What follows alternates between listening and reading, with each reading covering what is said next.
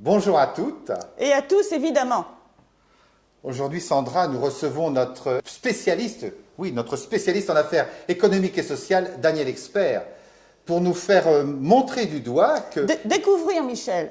Oui, découvrir pas à pas les coulisses d'une négociation sociale, les jeux d'acteurs, les difficultés à surmonter.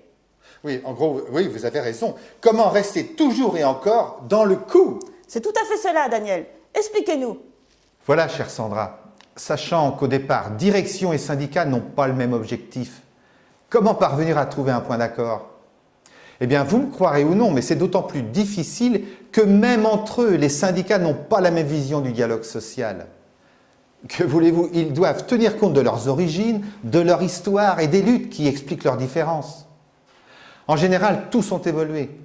Mais le poids du passé est plus ou moins lourd et la capacité à s'adapter est parfois absente chez certains.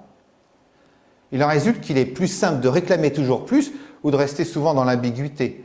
Sauf à ne vouloir défendre que certains, donc... Mais que convient-il d'améliorer, mon cher Daniel? Et en avons-nous le temps? C'est très clair. À la table des négociations, il convient de proposer, au-delà de la seule question des moyens, des améliorations qualitatives. Et il faut bien comprendre aussi que les salariés sont plus forts lorsque les revendicatifs se complètent, au lieu de s'opposer. Donc... Effectivement, Daniel, c'est limpide. Mais pourquoi s'en passe-t-on si souvent? Ah, mais attention, Sandra et Michel, tous nos téléspectateurs doivent bien comprendre qu'il y a deux grands modèles. La transformation radicale ou l'ascension marche après marche. La question est là.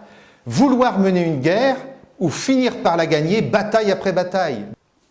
Eh bien, Sandra, elle n'est pas gagnée, cette guerre. En tout cas, merci Daniel.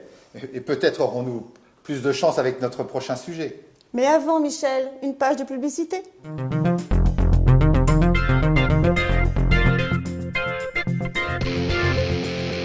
Et si je vous dis, vous avez les mêmes droits que vos collègues plus âgés?